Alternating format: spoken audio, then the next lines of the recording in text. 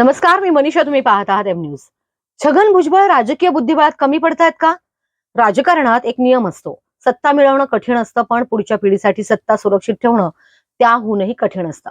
आणि आज महाराष्ट्राच्या राजकारणात हा प्रश्न जर कोणासमोर उभा असेल तर ते नाव आहे छगन भुजबळ. विचार करा, जवळपास 4 दशकांपेक्षा जास्त काळ राजकारणात सक्रिय असलेला नेता, बाळासाहेब ठाकरे यांच्या सोबत काम केलेलं, शरद पवार यांच्या सोबत राष्ट्रवादी उभी केली, उपमुख्यमंत्री, मंत्री, विरोधी पक्षनेते अशी अनेक पदे भूषवली, ओबीसी समाजाचा मोठा चेहरा बनला. पण आज त्यांच्याच राजकीय वारसदारांच्या भवितव्याचा प्रश्न निर्माण झाला. आणि इथेच एक मोठा प्रश्न उभा राहतो मंडळी. भुजबळ संघर्षात जिंकले, पण राजकीय बुद्धिबळात हरत आहेत का? कारण महाराष्ट्रात घराणेशाही ही नवीन गोष्ट नाहीये मंडळी. पवार कुटुंब असू द्या, ठाकरे कुटुंब असू द्या, मुंडे कुटुंब असो, शिंदे, तटकरे, चव्हाण, दानवे, जवळपास प्रत्येक मोठ्या नेत्यानं आपल्या पुढच्या पिढीसाठी राजकीय जागा तयार केली आहे. काही जण दिल्लीत गेले आणि मुलांना राज्यात मंत्री केलं.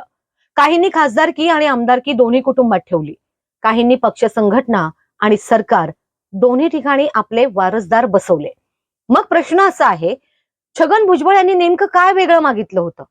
राज्यसभेत स्वतः जाणं आणि मुलाला किंवा पुतण्याला राज्यात मंत्रीपद मिळणं, ही मागणी महाराष्ट्राच्या राजकारणात काही अभूतपूर्व नव्हती मंडळी, पण ती पूर्ण झाली नाही. आणि इथेच राजकीय बुद्धिबळ सुरू होतं. राजकारणात फक्त अनुभव पुरेसा नसतो, हे दिसून येत आहे. वेळ साधता आली पाहिजे, समीकरणं जुळवता आली पाहिजे, सत्ता केंद्राशी नातं मजबूत ठेवावं लागतं, आणि सर्वात महत्वाचं म्हणजे आपली गरज कायम जिवंत ठेवावी लागते. भुजबळ यांच्याकडे जनाधार आहे, अनुभव आहे, ओबीसी समाजात प्रभाव आहे, पण आज निर्णय घेणारी केंद्रे कुठे आहेत? त्यांच्यावर प्रभाव टाकणारी लोक कोण आहेत? आणि त्या सत्ता केंद्रांमध्ये भुजबळांचा आवाज पूर्वीसारखा प्रभावी राहिलेला आहे का? हा खरा प्रश्न आहे मंडळी. स्वतः भुजबळ म्हणाले, मी बुद्धिबळाचा खेळाडू नाहीये, मी कबड्डीचा खेळाडू आहे. कदाचित हेच त्यांच्या राजकारणाचं सर्वात अचूक वर्णन आहे. कारण कबड्डीत ताकद, धाडस आणि थेट सामना असतो, पण बुद्धिबळाला चाल दिसत नाही, खेळाडू दिसत नाही, फक्त मोहरे हलत असतात. आणि अनेकदा राजा पडतो तेव्हा त्याला कळतं की खेळ आधीच संपला होता.